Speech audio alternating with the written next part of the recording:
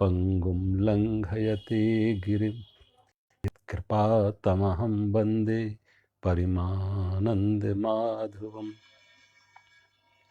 गुरुर्ब्रह्मा गुरुर्विष्णु गुरुर्देवो महेश्वरा गुरु साक्षात् परम ब्रह्म तस्मै श्री गुरुवे नमः। कर्पूर गौरम करुणावतारम संसार सारम भुजगेन्द्रहारम सदा वसंतम हृदयारविंदे भवं भवानी सहितं नमामि। सच्चिदानंद रूपाय विश्व उत्पत्त्यादि हेतवे तापत्रय विनाशाय श्री कृष्णाय वयं नमः। श्री कृष्णाय वयं नमः। ओम शांति। कल मैं बात कर रहा था कि राजा परीक्षित सुखदेव जी से प्रश्न करते हैं। राजा परीक्षित और सुखदेव जी का संवाद।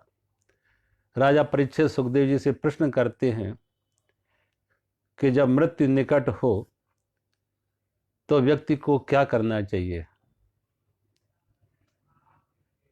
जीवन का जो परम ध्येय, परम लक्ष्य, परम पुरुषार्थ क्या होना चाहिए हर जीव का, और भक्ति कैसी हो।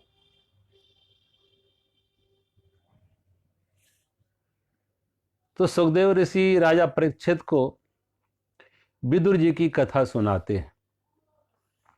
भागवत ग्रंथ की यह विशेषता है कि जो कुछ कहर ना हो वो कथाओं के माध्यम से, दृष्टांतों के माध्यम से, क्योंकि बहुत बार व्यक्ति सीधा सिद्धांत भूल जाते हैं, लेकिन सिद्धांत के साथ जब कोई दृष्टांत जुड़ जाता, कोई कथा जुड़ जाती, कोई प्रेरक प्रसंग जुड़ जाता तो वो रोचक भी हो जाता, ग्राह्य भी हो जाता और उसके लिए प्रेरणादायी भी हो जाता। तो सुखदेव ऋषि राजा परीक्षित को विदुर जी की कथा सुना रहे हैं। विदुर जी महाराज धृतराष्ट्र के मंत्री हैं और वो देख रहे हैं किस प्रकार से कौरव पक्ष, दुर्योधन, दुशासन आदि पांडव पक्षों के साथ अन्याय कर रहे, आतंक कर रहे, किस तरीके से उन्हें प्रताड़ित करने की तरह तरह से कूटनीति अपना रहे हैं। ये सब वो देख रहे थे। तो एक दिन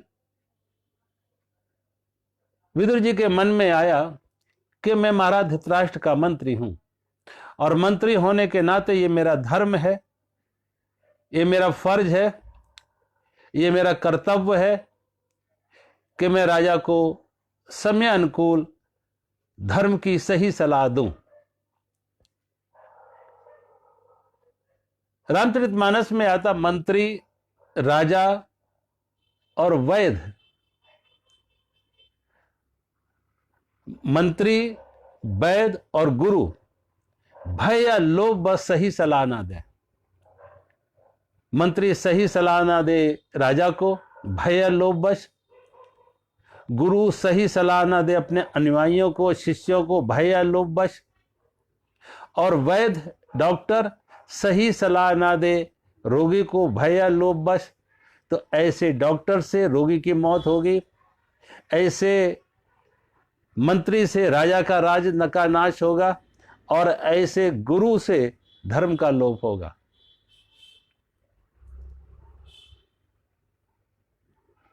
अपने कर्तव्य को समझते हुए आजकल बहुत चारों तरफ आप देखें इस तरीके का माहौल कि अपने आसपास लोग चापलूसों को रखते हैं, उनकी खुशामद करने वाले। कहते अकबर के दरबार में भी बीरबल थे इसी तरीके से। कहीं एक बार बीरबल ने कहा, अकबर ने कहा मुझे बैंगन अच्छा लगता। बीरबल कहने लगे महाराज बैंगन तो सबसे अच्छी सब्जी है, इसलिए उसके सिर पे ताज। और उत्साह आ गया अकबर बादशाह थोड़ा ज़्यादा खा गया, और वो भी रात्रि को बैंगन निषेध है, नहीं खाना चाहिए। तो पेट में दर्द हुआ, वेदना हुई, रात भर ठीक से सो ना सका। सुबह बीरबल को बुला, कहा बीरबल ये बैंगन की सब्जी तो बहुत खराब है, ये तो खानी ही नहीं चाहिए। जब कहा बहुत खराब है, बीरबल ने कहा महाराज इसलिए तो उसका नाम बेगुन है, उसमें कोई गुण है ही नहीं। अकबर ने कहा कल तुम कह रहे थे बैंगन की सब्जी सबसे अच्छी है, इसलिए कुदरत ने भी उसके ऊपर जो उसका डंठल है मुकुट की तरह मुकुट बना के रखा है, सिर ताज है। आज कह रहे बैंगन की सब्जी बेगुन है, इसमें कोई गुण ही नहीं। बीरबल ने कहा महाराज मैं नौकरी आपकी करता हूं, बैंगन की नहीं। मुझे सुविधा, साधन, पैसा, वेतन आपसे मिलता है, बैंगन से नहीं। मैं तो हजूर की जी हजूरी में हूं। जब जो बादशाह कहेंगे वो मैं हमें हाँ मिलाएंगे। जो ऐसी झूठी हाँ में हाँ मिलाए, ऐसे मंत्री से राजा का राज चला जाएगा।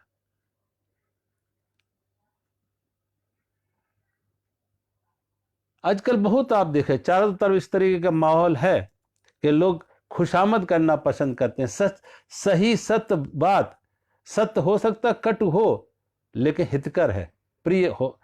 प्रिय होना जरूरी नहीं, वो हितकर अगर है। बहुत बार कड़वी दवा काम करती है, हर जगह मीठी दवा ही नहीं, कहीं कड़वी दवा भी हमारे रोग का को हटाती है, रोग का निषेध करती है, स्वस्थ करती है। तो कहीं हर जगह मीठा सुनने की ही आकांक्षा ना हो। इसलिए कबीर जैसे संतों ने लिखा है कि निंदक नियरे राखियो आंगन कुटी छवाए। जो आपकी निंदा करने वाला हो उसको अपने नजदीक रखो। निंदक नियर राखी आंगन कुटी छवाए, और बिन पानी साबुन बिना निर्मल निर्मल करे सहाय।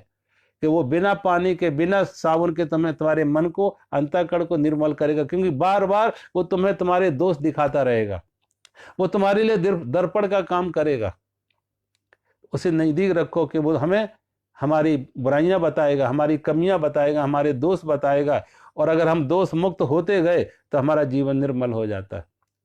तो कहने का अर्थ है, विदुर जी ने विचार किया कि महाराज धृतराष्ट्र का मंत्री हूं, और जो कुछ हो रहा है ये राजहित में नहीं है, ये प्रजा के हित में नहीं है, ये राज परिवार के हित में नहीं है। इसलिए मुझे धर्म की बात राजा को, न्याय की बात राजा को कहना चाहिए। तो विदुर जी ने महाराज धृतराष्ट्र कहा देखो महाराज धृतराष्ट्र, मैं आपका मंत्री हूं, और मंत्री ना होने के नाते मैं आपको ये सलाह देता कि आपके पुत्र दुर्योधन, दुशासन पांडव पुत्रों के साथ जो कुछ कर रहे हैं वो बहुत अन्याय है, वो अधर्म है। दुर्योधन ने भीम को मारने के लिए लड्डुओं में जहर मिला दिया, भोजन में जहर मिला दिया। जिस महल में लक्षागृह में पांडव रहते थे उस लक्षागृह में आग लगा दी दुर्योधन ने, किनकी मौत हो जाए, जल मरे। ध्रुत क्रीड़ा के लिए, जुए के लिए आमंत्रित किया, और अपने मामा शकुनी की मदद से किस प्रकार से छल पूर्वक पांडवों को जीता। 12 वर्ष पांडव वन में रहे, भरी सभा में द्रौपदी का अपमान हुआ। अब ये जो कुछ हो रहा है ये निश्चित ही मुझे कुल के नाश का कारण दिख रहा है, इसलिए मैं समय रहते आपको सावधान कर रहा। महाराज धृतराष्ट्र ने कहा विदुर जी तुम ठीक कहते हो, मेरे मन में भी यही बात आई, गांधारी ने भी कई बार यह बात कही, लेकिन मैं क्या कहूं विदुर जी, दुर्योधन के प्रति मेरे मन में आसक्ति बहुत है, मोह बहुत है। मोहवश, आसक्ति बस मैं उसे अपराध करने से भी, गलत करने से भी रोक नहीं पाते। जब कहा मैं मोहवश, आसक्ति बस उसे अपराध करने से, अन्याय करने से रोक नहीं पाते हैं, तो विदुर जी ने कहा धृतराष्ट्र ये तुम्हारा पुत्र मोह ही तुम्हारे कुल के नाश का कारण बनेगा, और मुझे तो ऐसा लगता है कि तुम्हारा पाप ही तुम्हारा पुत्र बनकर दुर्योधन के रूप में आया है, और यह कुल के नाश का कारण बनेगा। इसलिए मैं समय रहते आपको सावधान कर रहा हूं। जब ये बात विदुर जी ने धृतराष्ट्र को कही तो दुर्योधन को खबर मिली कि विदुर काका मेरे विरुद्ध मेरे पिता को भड़का रहे। तो भरी सभा में दुर्योधन ने आके विदुर जैसे महात्मा का, विदुर जैसे संत को अपमानित किया और कहा तुम भूल गए हो, एक तुम दासी पुत्र हो, मेरे भोजन देने से तुम्हारा गुजारा हो रहा है, मेरी सुविधाओं से तुम पल रहे हो और जिस थाली में खा रहे हो उसी को तोड़ रहे हो। नमक हलाली कर रहे हो।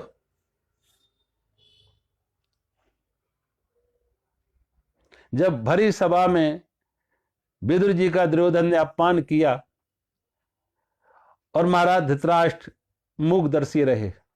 महाराज धृतराष्ट्र रोक नहीं सके दुर्योधन को, यह क्या कह रहे, विदुर जैसे सम्माननीय ज्ञानी महात्मा विदुर को यह शब्द अपमान सूचक। यहां तक दुर्योधन ने यहां तक कहा विदुर जी को तुम मेरे राज्य से निकल जाओ, मेरे राज्य में तुम्हारे लिए कोई स्थान नहीं। और चुपचाप धृतराष्ट्र सब कुछ सुनते रहे।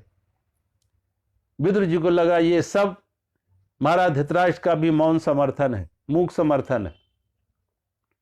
विदुर जी ने अपने धनुष बाण राजा के कदमों में वहीं रखे, राजा को प्रणाम करके और हस्तिनापुर राज्य का त्याग कर दिया।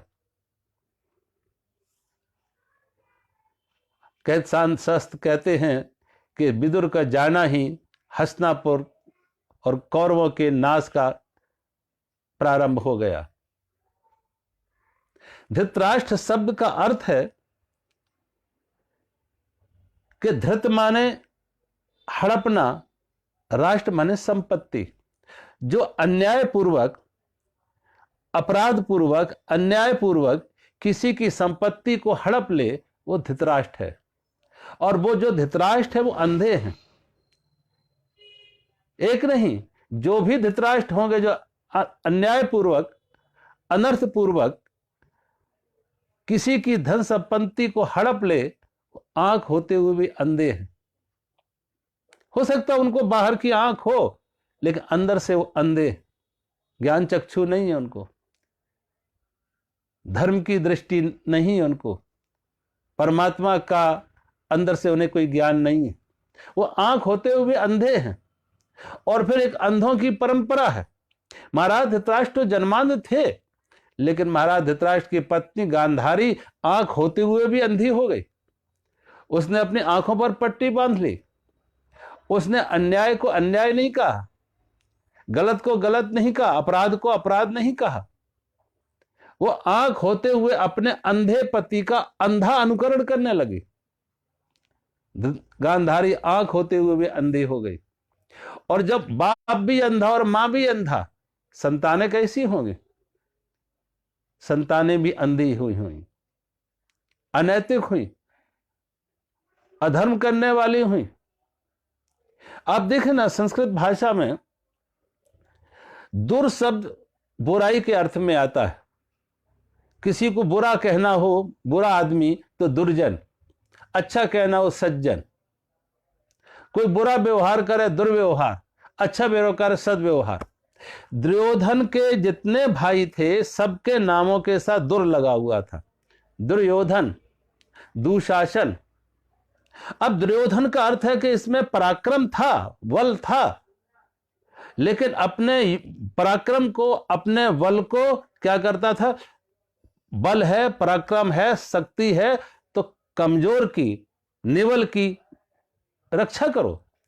ये क्या करता था कि ये अपनी शक्ति का दुरुपयोग करके लोगों का शोषण करता था, लोगों को सताता था। जो अपनी शक्ति का दुरुपयोग करे वो दुशासन है, दुर्योधन है। और जो शासन में प्रवीण है, शासन की कुशलता है, लेकिन शासन व्यवस्था का काम क्या है कि सबको सुरक्षा मिले, सबको मान इज्जत का जीवन मिले। लेकिन इसने अपनी शासन व्यवस्था में क्या किया?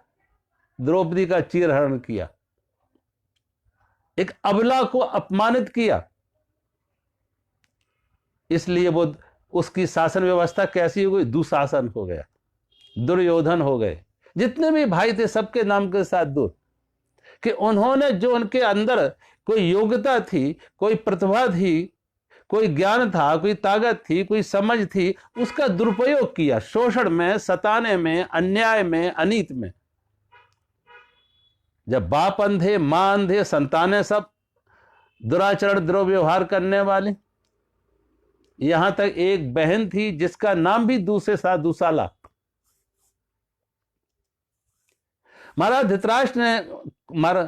धृतराष्ट्र को जब महात्मा विदुर ने समझाया और भरी सभा में विदुर जी का अपमान किया दुर्योधन ने, तो विदुर जी अपना धनुष बाण छोड़ के हस्तिनापुर राज्य का त्याग करके गंगा के किनारे आ जाते और गंगा के किनारे अपना जीवन व्यतीत करते।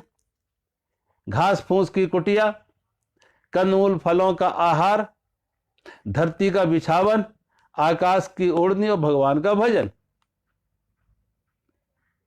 ऐसे विदुर जी को वन में रहते हुए 12 वर्ष व्यतीत हो गए। एक दिन विदुर जी गंगा स्नान करके लौट रहे थे तो उन्होंने देखा हस्तिनापुर नगर को एक नववधू की तरह सजा रखा है। विदुर जी ने पूछा नगरवासियों को, नगर के नागरिकों को, कि आज हस्तिनापुर नगर को एक नववधू की तरह क्यों सजा रखा? बड़े बड़े स्वागत द्वार बनाए गए हैं, सजाया गया है।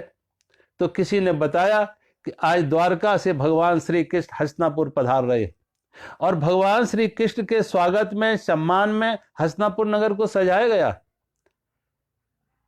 विदुर के को बड़ी प्रसन्नता होती, मन गदगद हो जाता। अपने कुटिया पर वापस लौटे तो विद्रानी ने पूछा, क्या बात है, आज आप बड़े प्रसन्न दिख रहे, आज आपके चेहरे पर एक बड़ी प्रसन्नता, आपके कदमों में एक नृत्य। तो विदुर जी ने कहा, विदुर ने अपनी पत्नी सुलभा से कहा, विदुरानी से, कि आज वो एक बड़ा ही सुखद समाचार मिला। क्या सुखद समाचार मिला? कि द्वारका नाथ, द्वारकाधीश भगवान श्री कृष्ण द्वारका से हस्तिनापुर पधार रहे। और मुझे तो अंदर से ऐसा महसूस हो रहा है, मेरे अंदर ऐसा भाव जग रहा है कि लगता है दुर्योधन को तो बहाना करके भगवान मुझे दर्शन देने आ रहे, क्योंकि मेरी तपस्या के 12 वर्ष आज पूरे हो रहे। तो मुझे लग रहा भगवान दुर्योधन के बहाने मुझे पर कृपा करने आ रहे हैं, मुझे दर्शन देने आ रहे। जब अपनी प्रसन्नता विदुर जी ने व्यक्त की अपनी पत्नी विदुरानी के सामने, सुलभा के सामने, तो विदुरानी ने कहा, क्या भगवान से आपका परिचय पहचान? दुर्योधन ने कहा, मात्र को परिचय पहचान नहीं, भगवान मुझे बहुत प्रेम करते। जब मैं उन्हें नमन करूं, वंदन करूं, प्रणाम करूं, तो मुझे वो आलिंगन कर लेते हैं, गले लगा लेते हैं और कहते, विदुर तुम्हारा स्थान मेरे चरणों में नहीं, तुम तो मेरे दिल में हो। मुझे आलिंगन कर लेते हैं और कभी भी मुझे मेरा नाम लेके नहीं, जब भी मुझे मिलते मुझे काका कह के पुकारते, विदुर काका कह के पुकारते। भगवान मुझे बहुत प्रेम करते, बहुत सम्मान देते। विदुरानी ने कहा, अगर भगवान तुम्हें ऐसा ही प्रेम करते, ऐसा ही सम्मान है और भगवान के साथ तुम्हारी ऐसी घनिष्ठता है, तो क्यों नहीं भगवान को अपने घर भोजन के लिए आमंत्रित करो। विदुर ने कहा, विदुरानी मैं करूं, भगवान इनकार नहीं करेंगे। अगर मैं आमंत्रित करूं तो भगवान इनकार भी नहीं करेंगे। लेकिन सोचो तो विदुरानी अपने पास क्या सुविधा है, यहां जंगल का वास, कंदमूल फलों का आहार, धरती का बिछावन, आकाश की ओढ़नी, यह हमारे पास सुविधा क्या है? दुर्योधन ने तो भगवान कृष्ण के स्वागत के लिए 56 प्रकार के भोजन बना रखे, महल सजा रखे उनके विश्राम के लिए। जो सुख सुविधा भगवान को दुर्योधन के पास मिलेगी, वो सुख सुविधा इस वन में, जंगल में, हमारी इस घास की कुटिया पर कहां है? और भगवान को तकलीफ हो, मेरे पास आके असुविधा हो, ऐसा करना भक्त के लिए प्रेम का ये लक्षण नहीं। प्रेम का लक्षण ये है, भक्त का भाव ये होना चाहिए कि जिससे मेरा प्रेम है उसकी सुख सुविधा का ध्यान रखा जाए। इसलिए भगवान को आमंत्रित नहीं कर, यद्यपि वो इनकार नहीं करेंगे, लेकिन फिर भी हम भगवान को आमंत्रित नहीं करेंगे, क्योंकि वो सुख सुविधा हम उनको उपलब्ध नहीं करा सकते। एक बार कहते हैं भगवान श्री कृष्ण, कोई भी छोटी छोटी बातें भी आती और जहां भी प्रेम का कोई प्रसंग आता कि आदर्श प्रेम कैसा हो, आदर्श भक्ति कैसा हो, आदर्श समर्पण कैसा हो, तो भगवान कृष्ण की वाणी पर ब्रज की गोपियां, वृंदावन की गोपियां आ जाती कि वृंदावन की गोपियों का, ब्रज की गोपियों का प्रेम कैसा निर्मल, गंगा से भी ज्यादा पवित्र, कैसा उनका समर्पण, कैसा उनका भाव। भगवान श्री कृष्ण की वाणी ब्रज की गोपियों की चर्चा करते, उनकी प्रशंसा करते, उनकी स्तुति करते, कभी भगवान कृष्ण की वाणी थकती नहीं। लेकिन रुक्मिणी सत्यभामा के मन में ईर्ष्या पैदा होती कि हम भगवान के निकट हैं, लेकिन भगवान कभी भी हमारे प्रेम की चर्चा नहीं करते, कभी हमारे भाव की, सेवा समर्पण की बात नहीं करते। जब कहीं सेवा का बात आए, समर्पण का भाव बात आए, प्रेम की बात आए, तो भगवान की वाणी पर वही ब्रज की गोपियां आ जाती। लगता है बचपन का प्रेम ये भूले नहीं। इनके मन में भी कुछ पक्षपात है, हम नजदीक हैं इसलिए शायद हमारे प्रेम को नहीं समझ रहे हैं। ब्रज की गोपियां आज दूर हैं तो उनके प्रेम को प्रेम लग रहा है। दूर के ढोल सुहावने, निकट के ढबढब हो, कहते जब व्यक्ति दूर होता है तो उसके गुण दिखते, वही व्यक्ति जब नजदीक होता है तो उसके गुण ना दिख के उसके दोष दिखने लगते। आज गोपियां वो दूर हैं तो आज गोपियों में सब कुछ उन्हें गुण ही गुण दिख रहे। नारद जी के मन में भी यही भाव आया कि मैं रात दिन भगवान के गुणगान करते, लेकिन भगवान ने कभी नहीं कहा नारद का भी हमसे बड़ा प्रेम, नारद की भी कोई हमारे प्रति एक भक्ति है, भाव है, समर्पण, कभी भगवान ने चर्चा नहीं किया। भगवान सब समझ गए कि इनके मन में ऐसा कि भगवान भी पक्षपात करते, इनके मन में भी मेरा तेरा है। संयोग की बात कि नारद जी का आगमन हुआ भगवान से मिलने के लिए द्वारका। राज दरबार में पहुंचे तो दरबारियों ने बताया कि भगवान श्री कृष्ण आज इनका सेहत ठीक नहीं है, स्वास्थ्य ठीक नहीं, इसलिए नहीं आए। तो कहा जाके महल में ही मिल लेंगे। और जब महल में मिलने के लिए आते तो देखा भगवान अपने शयन कक्ष में लेटे हुए हैं और कराह रहे। नारद जी ने पूछा महाराज क्या तकलीफ, क्या दर्द, क्या पीड़ा, क्या तकलीफ आपको, क्या रोग? भगवान श्री कृष्ण ने कहा नारद जी आज मेरा सिर दुख रहा है, मेरा सिर दुख रहा है। नारद जी ने कहा महाराज कोई औषधि नहीं ली? कहा औषधि बहुत ली लेकिन कोई औषधि काम ना आई। एलोपैथी भी ली, आयुर्वेद भी ली, यूनानी भी ली, होम्योपैथी भी ली, सारी पैथियां आजमा ली लेकिन रोग नहीं गया। तो महाराज कोई आप बताओ कि कोई ऐसी औषधि हो जिससे आपका रोग दूर हो, आप स्वस्थ हो, आपका ये दर्द, आपकी ये पीड़ा हटे।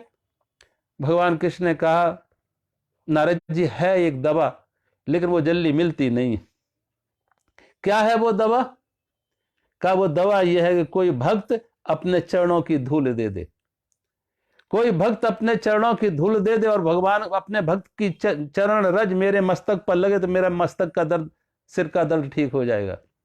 एक क्षण तो नारद जी के मन में आया कि मैं भी तो भगवान का भक्त हूं, क्यों नहीं अपने ही चरणों से उठा के चरण रज दे दूं, धूल दे दूं। फिर नारद जी के मन में विचार आया कि शास्त्रों में ऐसा लिखा है कि भक्त की चरण रज अगर भगवान के मस्तक पर लगेगी तो ऐसे भक्त को नरक मिलेगा। नारद जी के बढ़ते हुए हाथ रुक जाते और कहा मैं ऐसा जोखिम क्यों लूं, भगवान के भक्त तो बहुत हैं, हम ही ऐसा जोखिम क्यों लूं कि इनका दर्द ठीक हो और मुझे नरक मिले। नारद जी के बढ़ते हुए हाथ पीछे आ जाते। नारद जी रुक्मिणी सत्यभामा के पास जाते। रुक्मिणी सत्यभामा को भी यही कहा कि तुम भगवान की पत्नी भी हो और भगवान की भक्त भी हो, क्यों नहीं तुम अपने चरणों की रज दे दो, भगवान के मस्तक का दर्द ठीक हो जाए। रुक्मिणी सत्यभामा ने तो नारद जी को आड़े हाथों लिया। नारद जी आप जैसे ज्ञानी, आप जैसे प्रकांड पंडित, शास्त्र मर्मज्ञ और ऐसी अधर्म की बातें कर रहे, मेरे मेरी चरणों की रज भगवान के मस्तक पर लगेगी तो मुझे तो नर्क मिलेगा। रुक्मिणी सत्यभामा जितनी रानी पटरानियां थी कोई नहीं दे सका। नारद जी खाली हाथ लौट आए, भगवान कृष्ण के पास कहा प्रभु आपने ठीक कहा था, ये औषधि कहीं नहीं मिलती, अब ये तो लगता है इसकी फैक्ट्री भी बंद, अन्यथा आप बताओ कि ये औषधि कहां मिले, कैसे मिले, आप कोई उपाय बताओ। भगवान ने बहुत ही अनमने मन से कहा नारद जी सब कुछ सब जगह अनवा लिया, एक ही जगह बची, चले जाओ शायद ब्रज की गोपियां दे दे, ब्रज की गोपियां अपनी चरण रज ले दे दे। नारद जी जब ब्रज में आते, पहले जब भी आते थे एक तारा बजाते हुए आते थे, गीत गाते हुए आते थे, नाचते नाचते आते थे, लेकिन आज नारद जी ना नाच रहे हैं, ना एक तारा बज रहा है, ना कोई उनकी वाणी पर संगीत है, ना कोई गीत है। ब्रज की गोपियों ने नारद जी का आगमन सुना, सब दौड़ती दौड़ती आती और नारद जी से एक ही प्रश्न, नारद जी द्वारकाधीश कैसे हैं, हमारे प्रीतम भगवान श्री कृष्ण कैसे हैं, गिरधर गोपाल कैसे हैं, कन्हैया कैसे है, गोविंद कैसे है, एक ही प्रश्न सबकी वाणी पर। जब गोपियां प्रश्न करती गोविंद कैसे, द्वारकाधीश कैसे, तो नारद जी थोड़े और गंभीर हो जाते, और गंभीर हो जाते। गोपियों ने कहा नारद जी बोलते कैसे नहीं, भगवान कैसे हैं, द्वारकाधीश कैसे हैं। जब कहा नारद जी बोलते कि नारद जी ने बड़ी लंबी और गहरी सांस लेते हुए कहा भगवान श्री कृष्ण का स्वाद ठीक नहीं है। क्या तकलीफ है, उनके माथे में दर्द है, उनके सिर पर दर्द है, सिर में दर्द हो रहा। जब कहा सिर में दर्द हो रहा तो कोई औषधि नहीं ली, कहा औषधि कोई काम नहीं कर रही है, और एक औषधि है जिससे उनका रोग जाना है, दर्द हटना है, वो औषधि मिल नहीं रही है। गोपियों ने पूछा ऐसी क्या औषधि है जो मिल नहीं रही है। कहा कोई भक्त अपने चरणों की धूल दे दे। जब कहा कोई भक्त अपने चरणों की धूल दे दे तो गोपियां हंसने लगी, आपके नारद जी मिल नहीं रही है। जो गोपियां वहां थी उन गोपियों ने अपने चरणों से धूल इकट्ठी की, और जो घर रह गई थी उन्हें भी बुला लिया और एक पोटली बना के नारद जी को दिया, नारद जी लिए जाओ आगे भी काम आएंगे। जब नारद जी ने पोटली उठा ली जाने लगे तो नारद जी ने कहा मुझे मालूम है तुम सब बिना पढ़ी लिखी हो, धर्म का तुम्हें बोध नहीं है, शास्त्रों का तुम्हें ज्ञान नहीं है, पाप धर्म अधर्म की पाप पुण्य की तुम्हें समझ नहीं है, तुम्हें नहीं मालूम है कि तुम्हारा ये कृत्य भगवान के माथे पर तुम्हारे चरणों की धूल लगेगी तो तुम्हें नरक मिलेगा। गोपियां हंसने लगी, नारद जी एक जन्म नहीं मैं 100 जन्म भी नरक जाने को तैयार, एक जन्म नहीं 100 जन्म भी नरक जाने को तैयार हूं, लेकिन मेरे गोविंद, मेरे द्वारकाधीश, मेरे परम प्रीतम, उनका दर्द दूर होना चाहिए।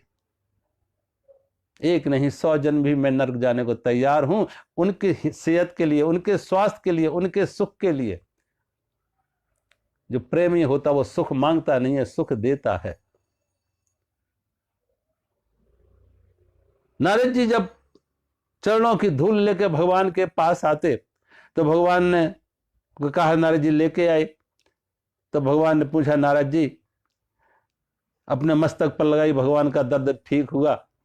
भगवान ने प्रश्न किया नारद जी चरण धूल तो तुम्हारे पास भी थी, चरण धूल तो रुक्मिणी सत्यभामा रानी पटरानियों के पास भी थी, लेकिन तुम सबको मेरे दर्द, मेरी पीड़ा, मेरे सुख से ज्यादा अपने स्वर्ग की कामना थी, अपने स्वर्ग की चाहत थी कि तुम नरक ना जाओ। लेकिन वो ब्रज की गोपियां कहती हैं 100 जन्म भी मैं नरक जाने को तैयार हूं, भगवान का दर्द दूर हो, उनको सुख मिले, उनके सुख के लिए, उनकी प्रसन्नता के लिए। जहां सच्ची भक्ति है, जहां सच्चा भाव है, वहां मांग नहीं हो सकती, और अगर मांग है, अपेक्षा है, चाह है, तो कभी भी समर्पण नहीं हो सकता। समर्पण सोचो ना, अगर समर्पण ही हो गया, अब बूंद सागर ही बन गई, तो अब मांग किसकी होगी।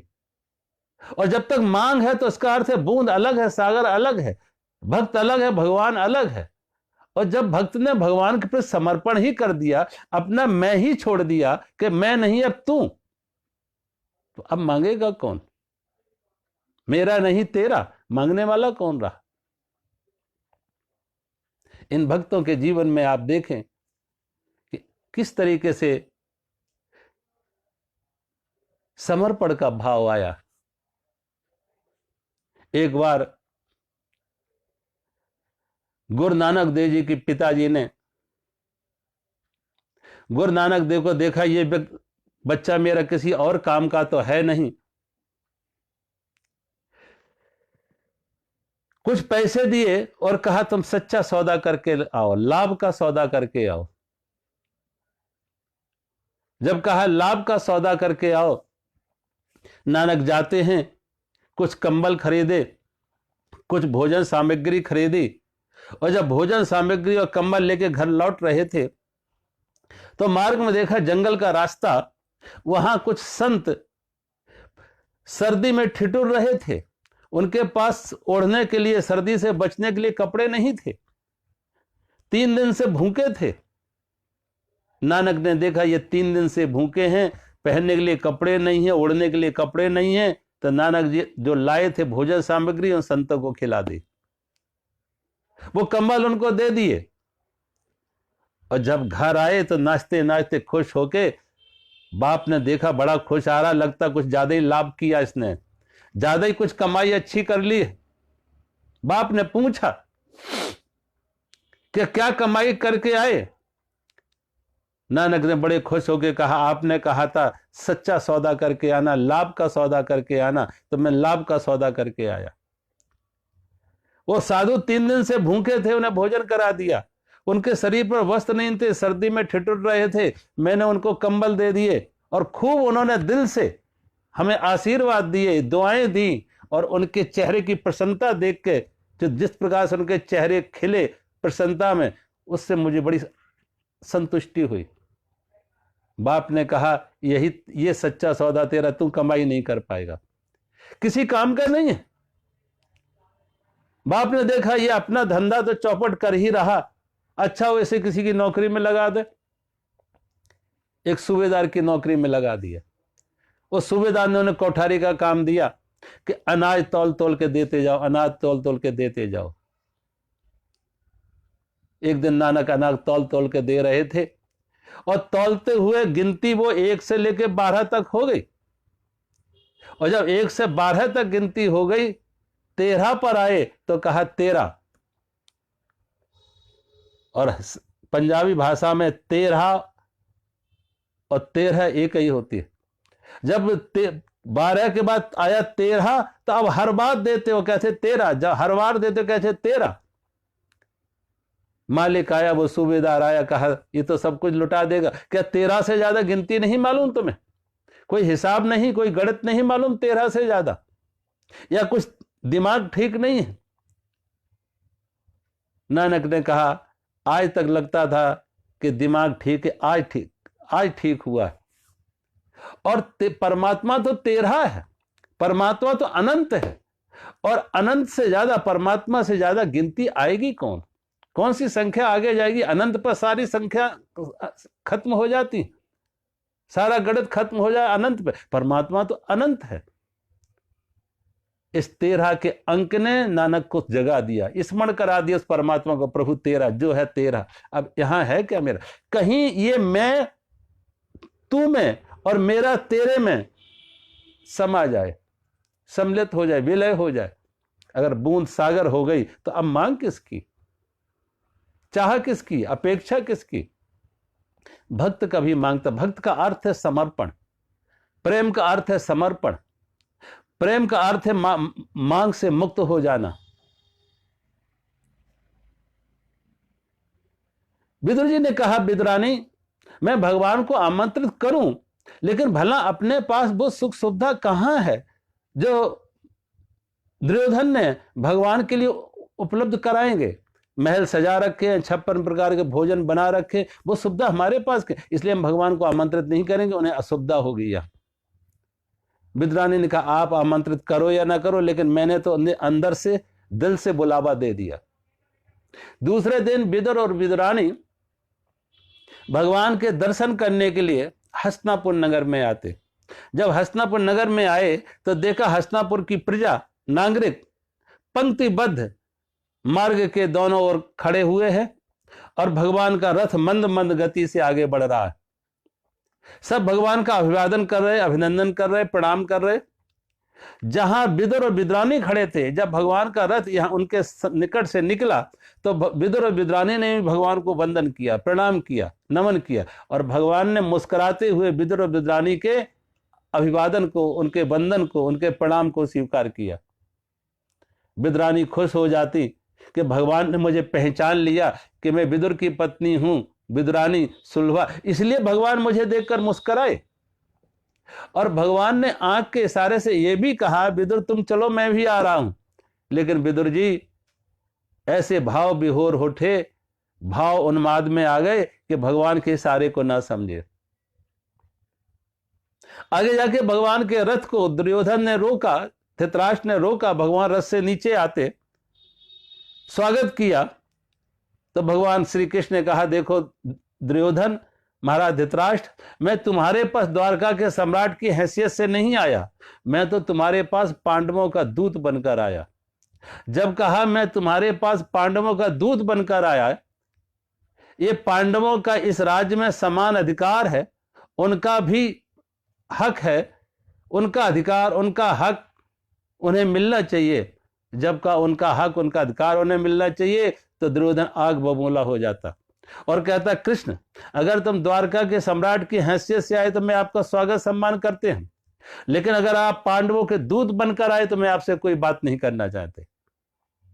भगवान श्री कृष्ण ने बहुत समझाया, 5 पांडव हैं, आधा राज्य ना सही 5 गांव ही इन्हें रहने को दे दो। दुर्योधन इनकार करता। भगवान ने कहा ना कि सही 5 गांव, 5 पांडव हैं, 5 मकान ही रहने को दे दो। दुर्योधन इनकार करता। भगवान ने कहा ना सही 5 मकान, 1 मकान ही 5 कमरों का इन पांडवों को रहने को दे दो। दुर्योधन कहता, कृष्ण, क्रोध में आ जाता दुर्योधन, कहता, कृष्ण तुम मुझे ऐसे उपदेश दे रहे हो जैसे मेरे गुरु हो, और तुम मुझे समझा रहे हो कि क्या पाप है, क्या पुण्य, क्या धर्म है, क्या अधर्म है, क्या न्याय है, क्या अन्याय, क्या मुझे नहीं मालूम है क्या धर्म है और क्या धर्म है? लेकिन जानामि धर्मम न चमम प्रवृत्ति हो, जानामि अधर्मम न चमम निवृत्ति। मुझे मालूम ये धर्म है, लेकिन धर्म पर चलने की हमारी प्रवृत्ति नहीं है, और मुझे यह भी मालूम है ये अधर्म है, उस अधर्म से भी हम हटने की, निवृत्ति होने की हमारी तैयारी नहीं है।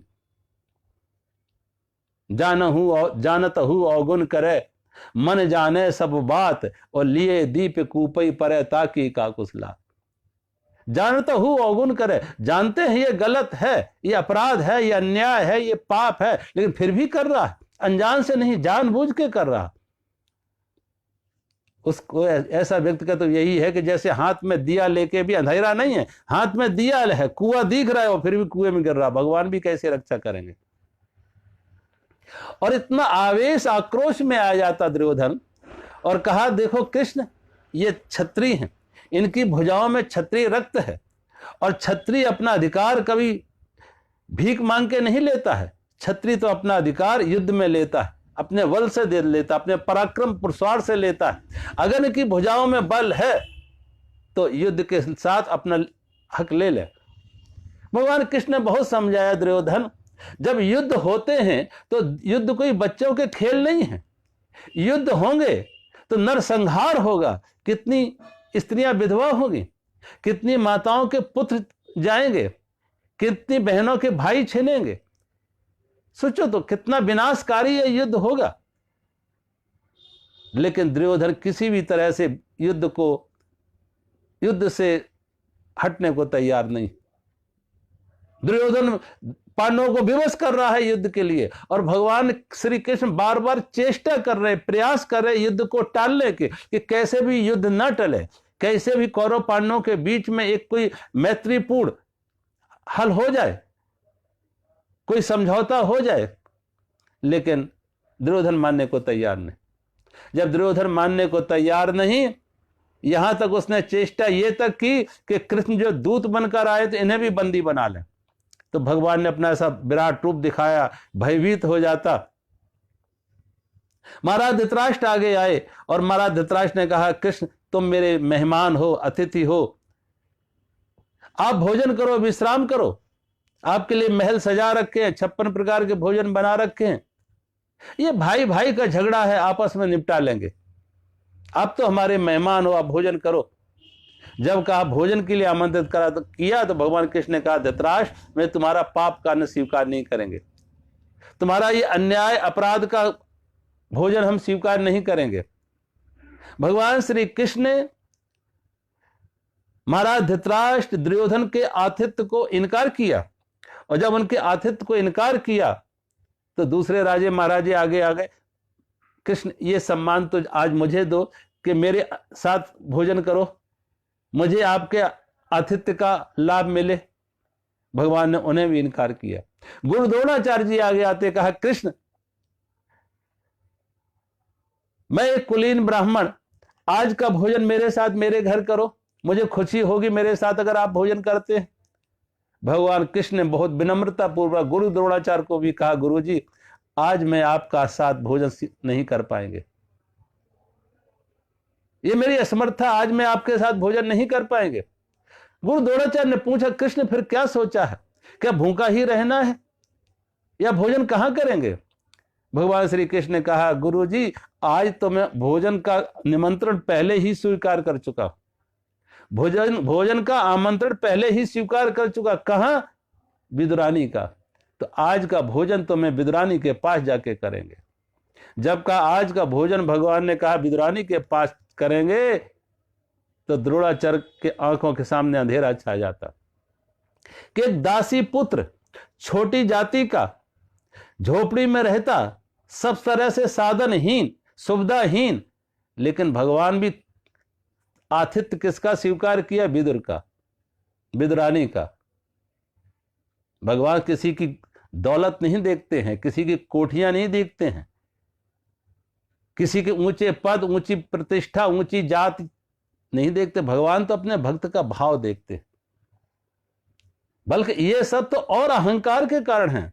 धन का मद आ जाता है, परिवार का मद आ जाता है, प्रतिष्ठा का मद आ जाता है, योग्यता का मद आ जाता है, पांडित्य का मद आ जाता है, और जातियों के झूठे अहंकार और एक नशा बना देते कि जातियों का, इस जाति में पैदा हो गए उस जाति में पैदा हो गए, ये भी एक झूठे नशे हैं, झूठ एक मूर्छा है।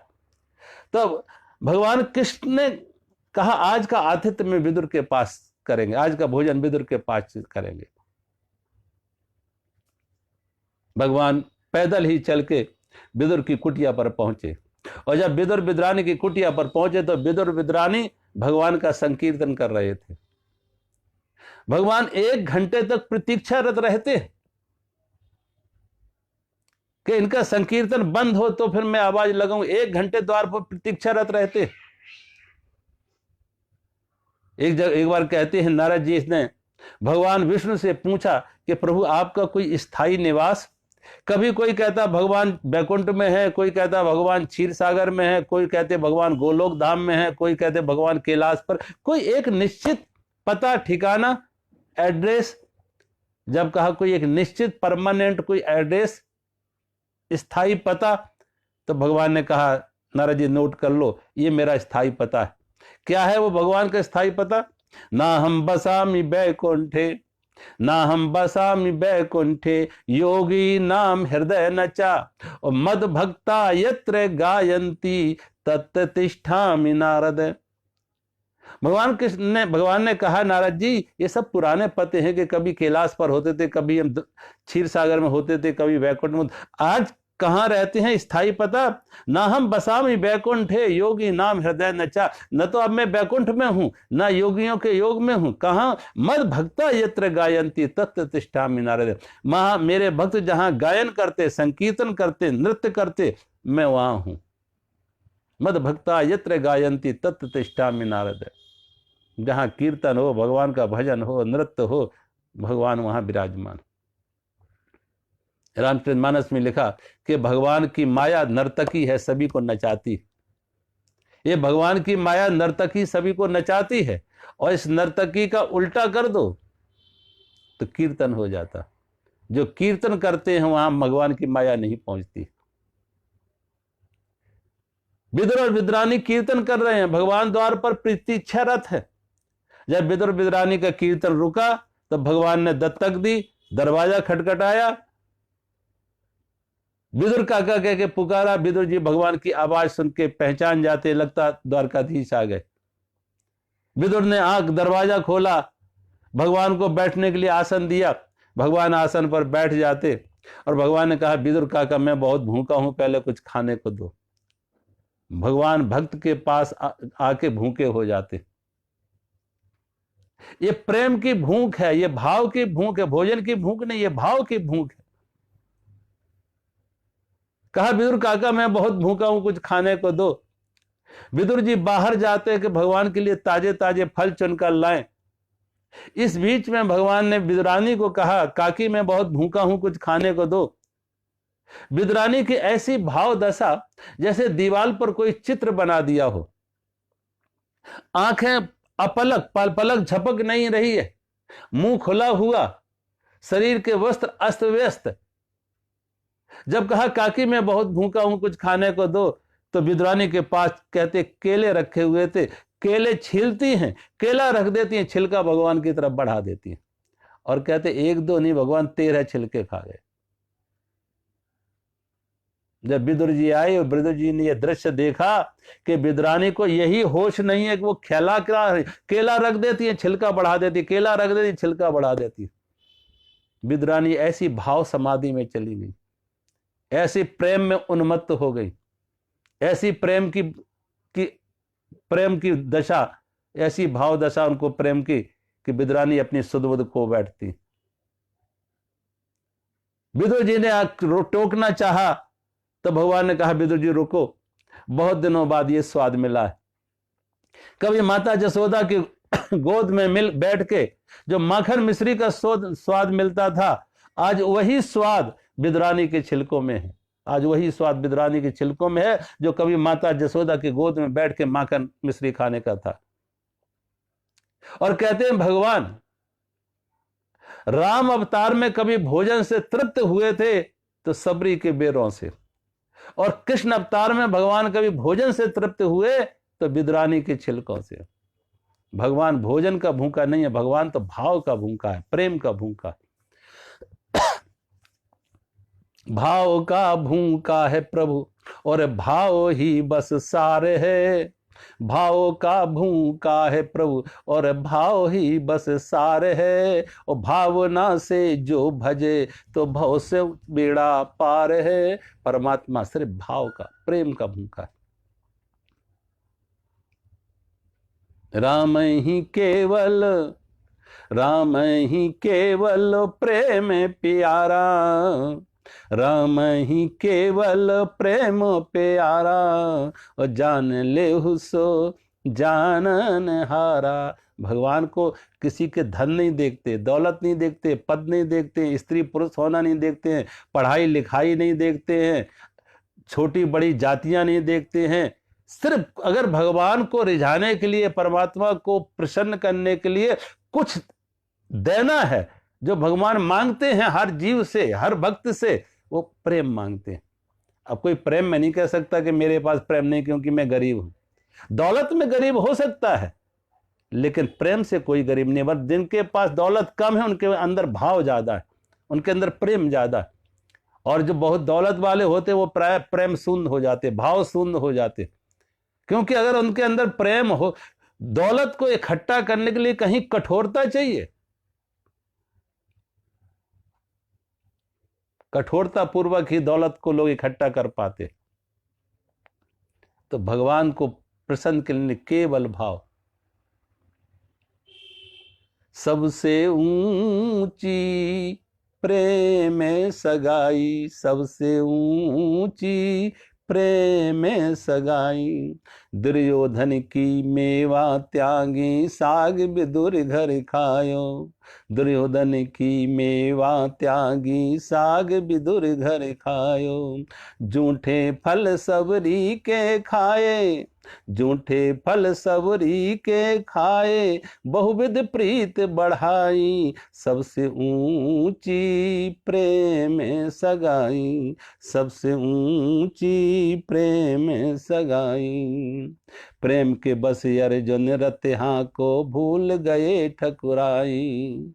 प्रेम के बस अर्जुन रत हाँ को भूल गए ठकुराई। राज सुयज्ञ युधिष्ठिर कीनी तामे जूठ उठाई। तामे जूठ उठाई। प्रेम के बस नृप सेवा कीनी। प्रेम के बस नृप सेवा कीनी। आप बने हर नाई। आप बने हर नाई। आप बने हर नाई। सबसे ऊंची प्रेम सगाई। ऐसी प्रीत बढ़ी वृंदावन। ऐसी प्रीत बढ़ी वृंदावन। गोपिन नाच नचाई। गोपिन नाच नचाई। सूर कोर यह लायक नाई। कहाँ लगे करऊं बड़ाई। कहाँ लगे करऊं बड़ाई। सबसे ऊंची प्रेम सगाई। सबसे ऊंची प्रेम सगाई। दुर्योधन की मेवा त्यागी साग विदुरगर खायो। जूठे फल सबरी के खाए बहुत प्रीत लगाई। प्रेम के बस नृप सेवा कीनी। आप भरे बने हरि नाई। और राज सुयज्ञ युधिष्ठिर कीने तामे जूठ उठाई। भगवान जूठी पतले उठाते हैं महाराज युधिष्ठिर के राजसूय यज्ञ में। और भगवान जो है रथ के सारथी बनते हैं। प्रेम के बस अर्जुन रथ हाँ को भूल गए ठकुराई। अर्जुन ऊंची पे बैठता है, भगवान नीचे पे बैठते हैं। और भगवान रथ चलाए, ड्राइवर का काम कर रहे हैं। ऐसी प्रीत बढ़ी वृंदावन। गोपिन नाच नचाए। वृंदावन की गोपियां, ब्रज की गोपियां थोड़ी थोड़ी लस्सी दिखा के, मक्खन दिखा के भगवान को नचा रही। शेष महेश गणेश दिनेश सुरेश हु जाए निरंतर ध्यावे। शेष महेश गणेश दिनेश सुरेश हु जाहे निरंतर ध्यावे। नानक नारद से सुख व्यास रटे। पुनहार तो पुनि पार न पावे। और ताए अहीर की छोरियां छचियावर छाछ पे नाच नचावे। उस परमात्मा को जैसे वेद भी नेत नेत कह के वर्णन करता है, नारद व्यास सुख जिसका वर्णन नहीं कर सके, उस परमात्मा कृष्ण को ब्रज की गोपियां थोड़ी थोड़ी लस्सी दिखा के, मक्खन दिखा के नचा रही। ये लस्सी और मक्खन में भगवान नहीं नाच रहे हैं, ये तो गोपियों के भाव में नाच रहे हैं, गोपियों के प्रेम में नाच रहे हैं। ताई अहीर की छोरियां छचियावर छाछ पे नाच नचावे। जहां भाव की प्रधानता हो, प्रेम का प्रधानता हो, तो भगवान भी अपने भक्तों के आगे पीछे नाचते हैं। भगवान ने दुर्योधन की मेवा त्यागी साग विदुर जी के यहां छिलके खाए। ऐसा भाव, ऐसा प्रेम कभी भी परमात्मा के लिए सिर्फ भाव चाहिए। राम ही केवल प्रेम प्यारा। भगवान को रिझाने के लिए केवल प्रेम, कोई संसार की वस्तु नहीं चाहिए। एक दिन भगवान श्री एक दिन विदुर जी गंगा के किनारे बैठे हुए थे, तो सामने से देखा किसी संत का आगमन हो रहा है। नजदीक आने पर पहचाना, अरे ये तो उद्धव जी हैं। उद्धव जी और भगवान नारद जी, उद्धव जी और विदुर जी एक दूसरे को गले मिलते, आलिंगन करते।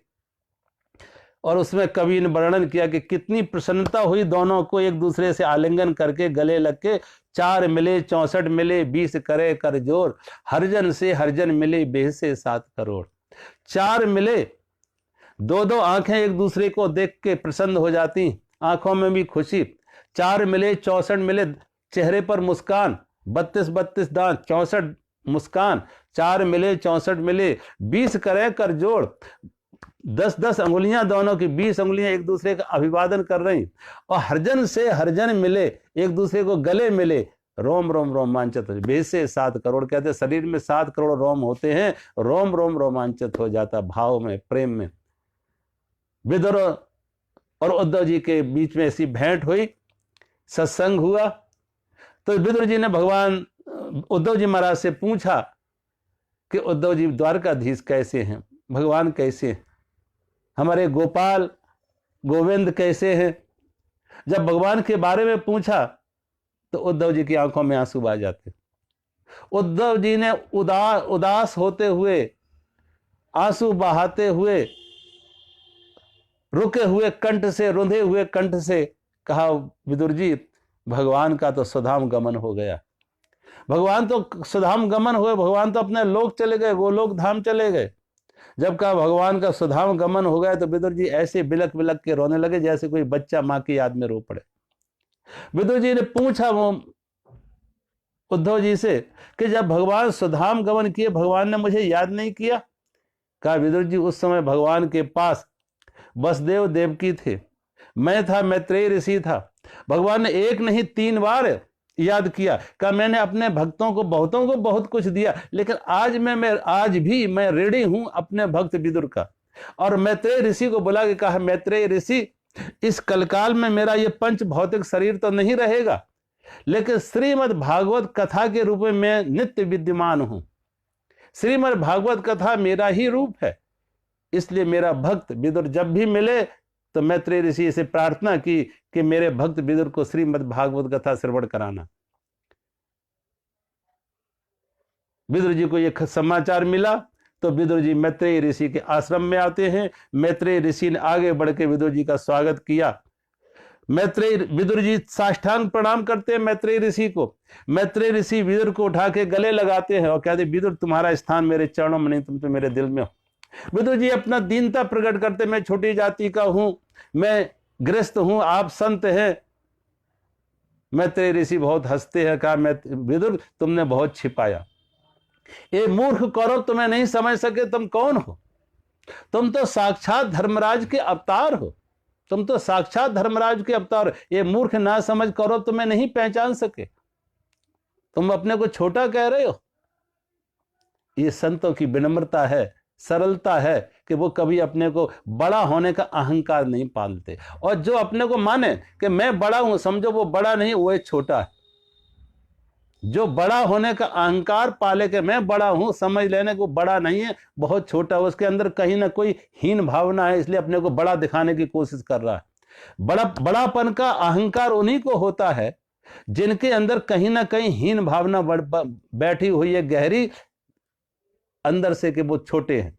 तो दिखावा करेंगे, कोई धन से दिखावा करेंगे, तो पद से दिखावा करेंगे, और जातियों से किया, या झूठी मूठी 4 किताबें पढ़ ली तो अपनी पांडित्य से, योग्यता से दिखावा करेंगे, अपना बड़ा होने का ढोंग दिखाएंगे, लेकिन अंदर से कहीं ना कोई उनको एक पीड़ा है, एक दर्द है, एक दुख है, एक विषाद है, अंदर से हीन भावना है। मैत्रेय ऋषि ने कहा, विदुर जी, ये मूर्ख कौरव तो मैं नहीं समझे, तुम तो साक्षात धर्मराज के अवतार हो। जब कहा धर्मराज के अवतार हैं तो राजा परीक्षित ने सुखदेव ऋषि से पूछा कि आखिर धर्मराज को भी किस कारण से मनुष्य रूप में अवतार लेना पड़ा। तो सुखदेव ऋषि बताते हैं राजा परीक्षित को कि एक बार एक मांडव नाम के ऋषि तपस्या कर रहे थे, और मांडव नाम के ऋषि जब तपस्या कर रहे थे तो उस समय के राजा के महल से चोर को चोरी के आभूषण लेके भागे। राजा के सिपाहियों ने उनका पीछा किया और चोरों को लगा वो पकड़े जाएंगे राजा के सिपाहियों के हाथों, तो चोरी के आभूषण मांडव ऋषि की कुटिया में गिरा फेंक दिए। मांडव ऋषि ध्यान में बैठे हुए थे, पीछे से राजा के सिपाही आए, चोरों को भी पकड़ा और मांडव ऋषि को भी पकड़ लिया, अपराधी समझ के कि चोरी के आभूषण इनकी कुटिया में पड़े मिले। राजा ने बिना कुछ तहकीकात किए, बिना कुछ सूझबूझ के, बिना कुछ उसकी जांच किए, सीधा ही देखा कि चोरी के आभूषण मिले तो सभी को फांसी की सजा, सूली पर चढ़ा दिया। कहते हैं चोरों की थी मौत हो गई, लेकिन मांडव ऋषि 15 दिन तक सूली पर चढ़े रहते हैं, उनकी मौत नहीं हुई। राजा को खबर मिली, जिसे सूली पर चढ़ाया था चोर समझ के, वो चोर नहीं है, वो तो मांडव ऋषि है। राजा ने मांडव ऋषि को सूली से उतारा, अपने अपराध के लिए क्षमा मांगी, हमसे भूल हो गई, क्षमा मांगी। मांडव ऋषि ने कहा, राजन तुम सांसारिक जीव हो, इस भूल होना स्वाभाविक है, लेकिन मैं धर्मराज से पूछेंगे भला धर्मराज से भूल कैसी हुई कि मुझे और सूली की सजा। कहते हैं मांडव ऋषि धर्मराज के पास पहुंचे, जब धर्मराज से पूछा तो धर्मराज ने मांडव ऋषि का लेखा जोखा देखा तो कहा इन्होंने पिछले जन्म में 2.5 वर्ष के अल्पायु में एक तितली को कांटा चुभाया था, एक पतंगे को कांटा चुभाया था, वही कांटा सूली बनी। मांडव ऋषि ने कहा 3 वर्ष तक का बालक अबोध माना जाता है, उसे धर्म धर्म का बोध नहीं है, ज्ञान नहीं होता पाप पुण्य का, और उस अवस्था में अगर कोई अपराध हुआ है तो उसका दंड प्रत्यक्ष नहीं दिया जाता, भयावना कोई स्वप्न दिखा के, या माता पिता दोषी माने जाते हैं। उस बालक का दोष नहीं होता क्योंकि वो अबोध अवस्था में, और तुमने उस अबोध अवस्था में किए हुए कर्म का प्रत्यक्ष मुझे दंड दिया है सूली के रूप में। तो मांडव ऋषि ने धर्मराज को श्राप दे दिया कि जाओ, मैं तुम्हें श्राप देता हूं कि तुम मनुष्य रूप में पृथ्वी पर पैदा होगे और तब तक धर्मराज का पद हम संभाल लेंगे। वही मांडव ऋषि के श्राप से धर्मराज मनुष्य रूप में प्रकट हुए, पैदा हुए, और विदुर जी के रूप में। इसलिए विदुर की नीति को धर्मराज की नीति कहा गया कि विदुर की नीति भी धर्मराज की नीति है। तो विदुर जी कोई सामान्य व्यक्ति नहीं थे, साक्षात धर्मराज के अवतार थे। और ये भी देखो, धर्मराज ने भी कोई बड़ी जातियां नहीं चुनी, धर्मराज भी आते हैं जिसे लोग गिरा मानते हैं, भगवान वहां पहुंचते। ध्यान रखना, शिखरों पर बारिश होती है लेकिन शिखर सूखे रह जाते हैं और गड्ढे भर जाते हैं। जो विनम्रता के गर्त होते हैं वहां इकट्ठा हो जाता है। परमात्मा की कृपा, उसकी अनुकंपा भगवान उन्हें ज्यादा देते हैं जो विनम्र हैं, जो सरल हैं। तो किस प्रकार विदुर जी ने का प्रसंग सुखदेव ऋषि ने राजा परीक्षित को सुनाया कि विदुर जी जैसे दासी पुत्र, लेकिन भगवान ने उनके आतिथ्य को स्वीकार करने के लिए वन में जाते। दुर्योधन की मेवा त्यागी साग विदुर घर खायो। तो परमात्मा को रिझाने के लिए भाव, केवल भाव, राम ही केवल प्रेम प्यारा, राम ही केवल प्रेम प्यारा, जान ले हुसो जानन हार। केवल प्रेम, परमात्मा के लिए सब कर्म कांड भूल जाओ, सब दिमागी ये शास्त्र और मंत्र और ये सब भूल जाओ। निस्वार्थ प्रेम, अपेक्षा मुक्त प्रेम, बिना मांग के, कोई शर्त नहीं, कोई शर्त होती नहीं प्रेम की। प्रेम में कोई शर्त नहीं, निस्वार्थ निष्काम प्रेम, कोई कामना नहीं, समर्पण। दाता तेरी रजा में राजी हैं, जैसे तू रख मैं राजी हूं। परमात्मा के प्रति अहोभाग प्रकट करना। आज कथा को हम यहीं विराम देते हैं, कल फिर आगे का प्रसंग लेंगे। हरि ओम।